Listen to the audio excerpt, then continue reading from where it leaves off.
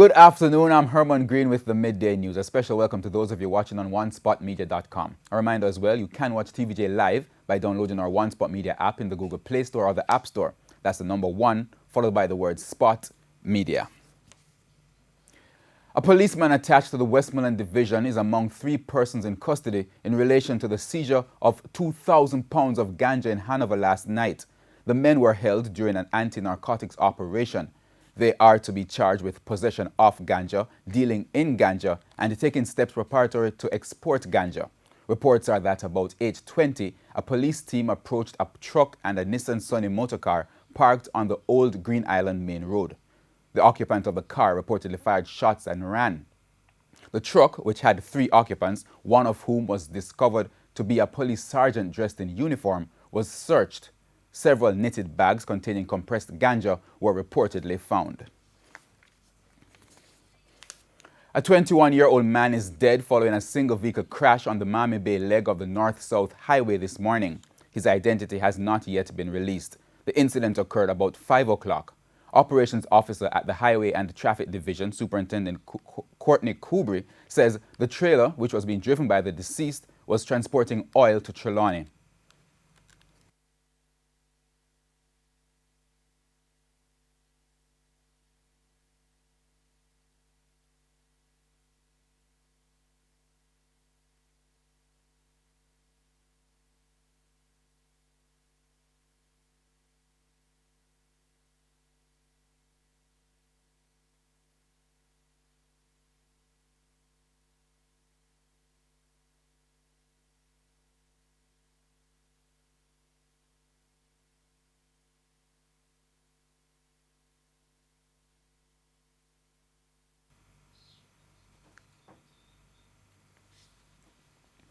In the meantime, 2 persons have been hospitalized following a collision on Marcus Garvey Drive in Kingston this morning. The crash happened shortly after 8 o'clock. Superintendent Kubri explained what happened in that incident. On reaching 9th Avenue, at the traffic light that is across from the Tinsley Penny Room, the car that was ahead made a U-turn, and in doing that, the other slammed into it. 2 persons received serious injuries. At least one of them were trapped in the vehicle and had to be rescued by fire brigade. Personnel were called to the scene. The Kingston Public Hospital, KPH, has fast-tracked plans to recover the cost of treating gunshot victims and persons injured in motor vehicle crashes. The KPH announced last week that because of the surge in trauma cases, its expenses have also soared. It stated that some of this would have to be recovered from insurance companies. CEO of the hospital, Errol Green, told our news center last night that a decision has been made to act quickly on this matter because of the expenses being incurred. Yes, they're being fast-tracked. We know for a fact that insurance companies for insurance for motor vehicles covers hospitalization. And all we're seeking to do is to recover some of the cost that the hospital incurs to treat these victims. We also will be setting up meeting with the insurance companies to see how best we can get them on board and how best we can forge a relationship with them in order to gain this objective. And Mr. Green gave a breakdown of the procedure to be adopted.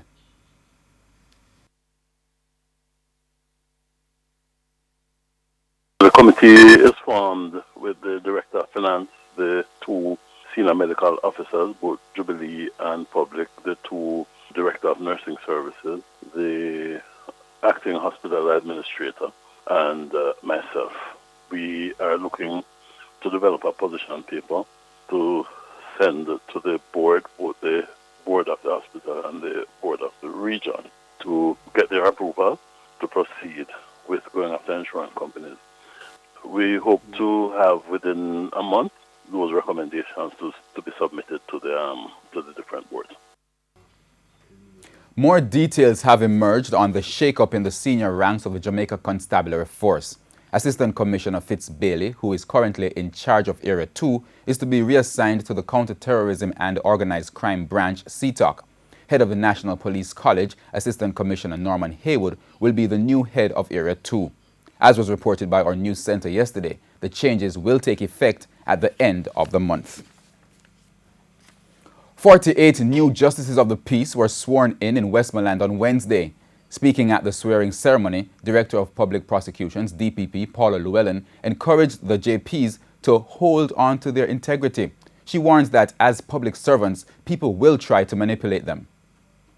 Justices of the peace, there will be times that you are going to have to hug up and embrace your integrity because some gremlins, whether telepathically or otherwise, will want to get at you, to put you in a negative position. That if you are embracing this new role as Justice of the Peace, know that it may be hard, but by giving service above self, it will be very rewarding in terms of you becoming a beacon of positivity in your community.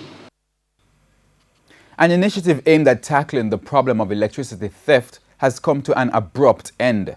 A statement from Crime Stop says its partnership with the Jamaica Public Service Company, JPS, which started in 2014 as part of efforts to address electricity theft among businesses, has been terminated. As a result, Crime Stop Jamaica says it will no longer accept information on electricity theft. Manager of Crime Stop, Prudence Gentles, reacted to the decision. But it seems to have waned a bit. I'm very sad to see it go, but they made a decision to come to an end on the 30th of June. So I wish them well. We can no longer take information on that for them. You know? Meantime, Crime Stop is reporting an increase in calls since the start of this year. We have a TV show on right now called CS 311. Started in May 22nd. Since that has been airing, our calls have more than doubled. We are doing extremely well at this point in time. We also partnered with Betting, Gaming and Lottery Commissions late last year, and that partnership has been doing extremely well. Jamaicans continue to express surprise and disappointment at the decision not to have a festival song competition this year.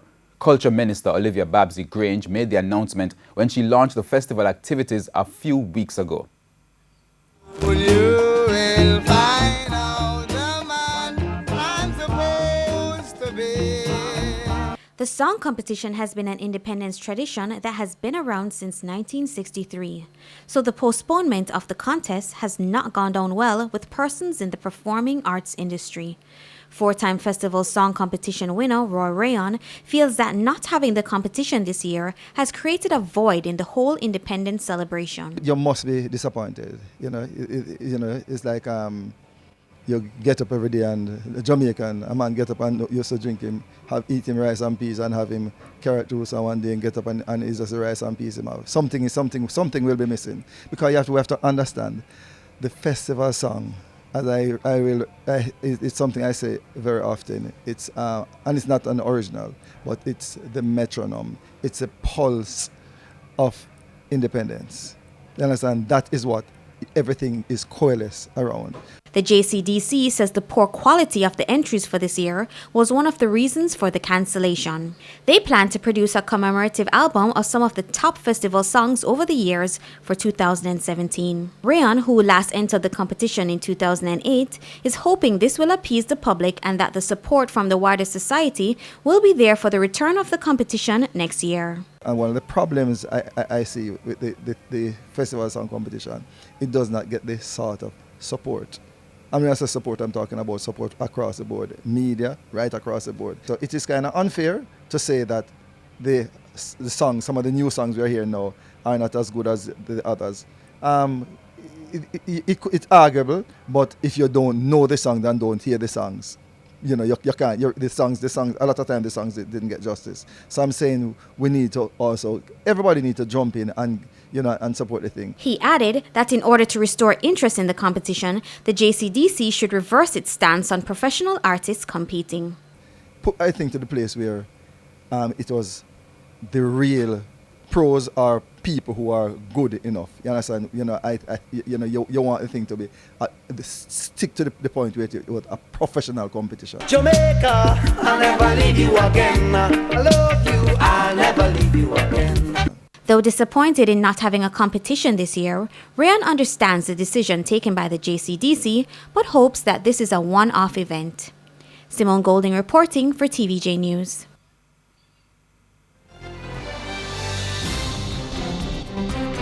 And the time now for our Fact or Fiction feature. Fact or Fiction, the bandana cloth originated in Jamaica. We'll tell you the answer at the end of the sports segment of the newscast. In international news, the deployment of 1 million doses of cholera vaccines to Yemen has been suspended. The cholera outbreak in Yemen is spreading so quickly that the number of suspected cases in this outbreak is now more than 325,000. We go to the CNN for more. To tell CNN the epidemic has reached a critical turning point. It is now 3 patients to a bed. The cholera outbreak in this rebel-controlled capital is the latest crisis in a country that's been devastated by 2 years of civil war, poverty and hunger. Just outside this hospital, piles of garbage litter the sidewalk, ending up in the water supply and exacerbating the epidemic. But the garbage collectors are on strike because, like all municipal workers, they haven't been paid in months. The health system is a typical example of the heavy tolls that this conflict has taken on the whole country, on its people, but also on the system, the health, water, sanitation system. Back at the Sabine Children's Hospital, Fana comforts her 2 girls. It's been a difficult time for this family. Like so many others, they also barely have anything to eat.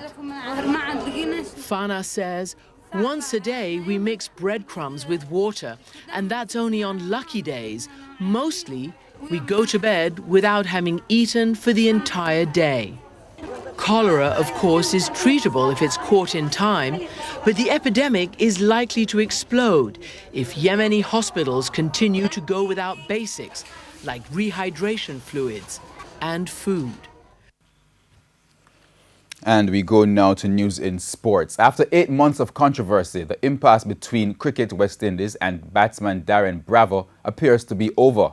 This as the Trinidadian batsman has removed a controversial tweet which was at the center of his not being selected to represent the regional side. Karen Madden has the latest. The imbroglio ignited 242 days ago, and Bravo, in response to comments made by Cricket West Indies President Dave Cameron, used his personal social media site Twitter to berate the president, labeling him as, quote, a big idiot, end quote. Cricket West Indies immediately said Bravo was in breach of the code of ethics and would not be selected to play for the West Indies. Bravo fired back by threatening to take the regional governing body to court. Things got even more intense when the Trinidad and Tobago Red Force attempted to face the West Indies in a practice match with a team which included Bravo. That game had to be abandoned. On Wednesday, word came that the controversial tweet had been removed. Checks by TVJ Sports also confirmed that the tweet had been deleted. On Thursday, CWI in a release indicated that Bravo had apologized. The statement also disclosed that Cameron had also apologized for comments he made in a television interview earlier this year. During the interview, the CWI president had stated that Bravo had previously been on an A contract. Cameron acknowledges now that he has since been advised that the information is not correct. Cameron, in apologizing for the misstatement, assured Bravo that there was no insult nor offense intended towards him. It was in response to that interview that Bravo took to Twitter. In his apology, Bravo conceded that his tweeted response was in retrospect inappropriate, as he had always tried to uphold the best traditions of West Indies cricket and its players. Cricket West Indies had opted not to select Bravo while the tweet remained online. With the wounds now appearing to have been healed, Bravo is now available to play for the regional side, starting with the series away to England in August. Karen Madden, TVJ Sports. And in football, Jamaica moved one step closer to the quarterfinals of the 2017 Gold Cup after battling to a 0-0 draw with defending champions Mexico yesterday in Denver. In what was a rematch of the 2015 Gold Cup final, both teams moved to 4 points, having secured victories in their opening matches. El Salvador also remains in the hunt in Group C with 3 points following their win over Curacao in the group's other match.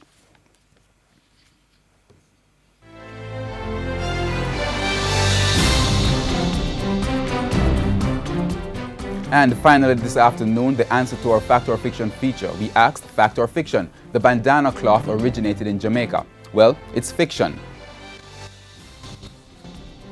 The bandana cloth originated in far-off Chenia in eastern India. However, this light, inexpensive and cool cloth became a symbol of Jamaican national culture. Bandana's plaid patterns and colors, along with several other symbols, became associated with the traditions and heritage of the original Jamaican people. Dress very similar to this style was often worn amongst maids and working class women in British society around the 18th century. Today, Jamaica Festival honors local talent and ingenuity from poets such as the Honorable Louis Bennett Clovelly and performers to entertainers and musicians. To date, the bandana is still worn in Jamaica as a symbol of cultural identity. And that's the Midday News. I'm Herman Green. Join us at 7 for the Primetime News Package. On behalf of our news, sports and production teams, good afternoon and have a great weekend.